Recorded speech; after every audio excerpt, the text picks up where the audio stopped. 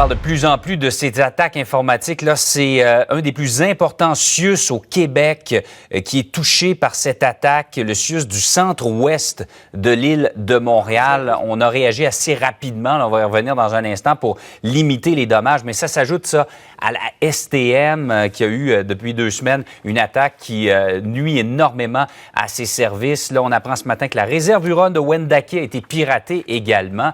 Qu'est-ce qui se passe dans toutes ces attaques-là? Steve Waterhouse, spécialiste en cybersécurité, est avec nous. Bonjour, Steve.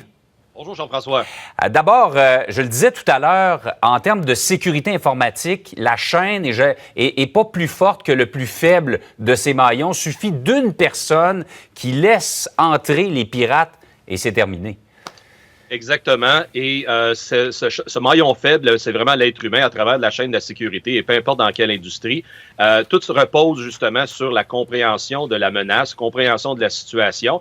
Et comme on dit dans l'exemple de la STM, c'est avoué ce matin comme quoi que c'est un courriel en provenance d'une source externe qui est transposé dans la STM. Quelqu'un a activé le code malicieux et après ça, le résultat, c'est à l'intérieur, donc qu'il y a eu une malice qui s'est propagée. C'est le fondement présentement de beaucoup d'attaques comme ça. Et ça, Jean-François, c'est pas juste local, c'est à travers le monde que beaucoup d'institutions sont victimes justement de ces attaques-là. Et la cause, on peut dire que c'est pas juste ciblé envers le Québec. Faut arrêter de regarder ça juste local. Ça aussi, c'est une pandémie à l'échelle mondiale parce qu'il y a des gens qui ont faim, l'économie va pas bien et à ce moment-là, ils veulent venir ici chercher l'argent que nous autres, on profite d'un système quand même assez généreux. Ces pirates-là n'ont aucune pitié, aucune considération pour la période difficile qu'on vit. En gros, ils s'en balancent. L'important, c'est d'aller chercher de l'argent de toutes les façons possibles. D'ailleurs, là, les deux, à la fois le CIUS et la STM, disent on ne paiera pas de rançon. Pour la STM, on parlait de 2,8 millions de dollars américains que ça aurait coûté. Comment une compagnie... Là, il semble dire qu'il y avait des sauvegardes, un système de sauvegarde particulier qui permet d'aller rechercher toute l'information. Comment on s'y prend pour éviter de tomber dans le panneau ou de pouvoir, en tout cas, s'en sortir quand on est victime de ces attaques par rançongiciel? Premièrement, ça commence avec un état de préparation rehaussé, Jean-François, parce que, comme la STM, s'ils n'ont pas des plans de contingence en place, ça aurait pu être des mois à l'année pour attendre. Comme on a vu avec certaines commissions scolaires dans les années passées, ça leur a pris jusqu'à 4 mois pour récupérer d'un tel événement similaire. Donc, des copies de sauvegarde bien entreposées, même des fois une deuxième copie de ces copies de sauvegarde-là va aider à récupérer encore plus rapidement, mais aussi la sensibilisation, la garder ces systèmes à jour et aussi la sensibilisation des usagers face à cette menace-là. Donc, dans le cas de la STM, ça a passé certains pare-feux, si on peut dire, donc les vérifications de sécurité, pour se rendre jusqu'à dans une boîte de courriel. Et ça, toutes les organisations et même chacun d'entre nous à la maison, on peut en être victime de ça. J'en ai reçu dans les derniers mois un CV sous forme d'un chiffrier Excel. Bien, déjà là, ça m'a allumé une lumière. Ça peut pas se poser.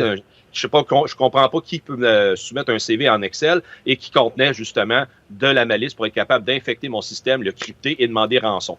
Donc, les gens, il faut demeurer attentifs. Ça va arriver dans vos boîtes à courriel. Et Steve, ce qui est le plus traître là-dedans, là, c'est que souvent, ça arrive par... on a l'impression que ça vient de quelqu'un qu'on connaît.